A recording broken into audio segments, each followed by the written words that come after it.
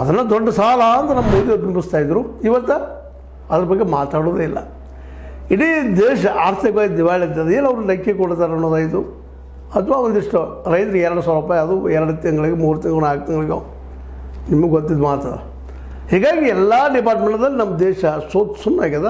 ಅದಕ್ಕೆ ಈಗ ಏನದಪ್ಪ ಅಂದ್ರೆ ಅದಕ್ಕೆ ಆರ್ಥಿಕವಾಗಿ ನಿಲ್ಲೋದಕ್ಕೆ ಒಂದು ಏನೋ ರಷ್ಯಾದಿಂದ ಹೆಲ್ಪ್ ಆಗ್ಲಿಕ್ಕತ್ತದ.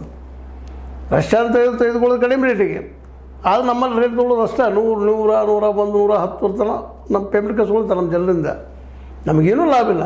ಆದರೆ ಅಟ್ಲೀಸ್ಟ್ ಆಗಿದ್ದಂತಹ ಆರ್ಥಿಕ ಸ್ಥಿತಿಯನ್ನು ಮುಂದುವರಿಸೋಕೆ ರಷ್ಯಾದ ಗ್ಯಾಸನ್ನು ಬಿಡಲಿಕ್ಕೆ ಸಾಧ್ಯ ಇಲ್ಲ.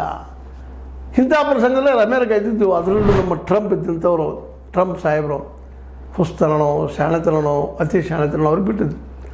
ಬಟ್ ಒಂದು ಥಿಂಗ್ ಏನಾಗಿದೆಪ್ಪ ಅಂತಂದ್ರೆ, ಮತ್ತೆ ಶಶಿಕಲಿಗೆ ಹೋದಾಗ ನಿಮಗೆ ಗೊತ್ತದ ಕತೆ, 4 ಗೋಡೆ ಮಧ್ಯದಲ್ಲಿ ಒಂದು ಬೆಕ್ಕನ್ನು ನೀವು ಹೊಡಿಲಿಕ್ಕೆ ಹೋದ್ರೆ ಅದನ್ನ ಮತ್ತೆ ಮರಳಿ ನಮ್ಮ ಕುದಿಗೆ ಹಿಡಿಯುವಾಗ ಇವತ್ತು ಭಾರತ ಸ್ಥಿತಿ ಆಗ್ಯದ.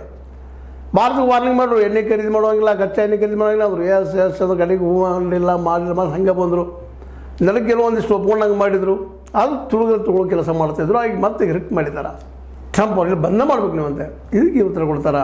ಬುದ್ಧಿವಂತರಿದ್ದಾರೆ ಮೋದಿಯವರು, ಬಿಡ್ಲಿಕ್ಕೆ ಸಾಧ್ಯ ಇಲ್ಲ. ಬುದ್ಧಿವಂತರಿಗಿದ್ದು ಅನಿವಾರ್ಯ.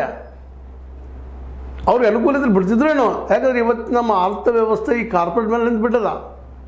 ಆದರೆ ಕಾರ್ಪೊರೇಟರ್ ಅಷ್ಟರಿಂದನೇ ಈ ದೇಶ ನಡೆಯೋದಿಲ್ಲಲ್ಲ. ಅವ್ರ ಹತ್ರ ದುಡ್ಡು ಸಂಘನೆ ಇರ್ಬೋದು, ಅವ್ರ ಕಡೆ ಇಲ್ಲ ಅಂತಲ್ಲ. ಆದರೆ ಇಡೀ ದೇಶಕ್ಕೆ ಹಂಚಿದ್ರೆ ಎಷ್ಟು ಆಗ್ತದೆ ದುಡ್ಡು? ಈ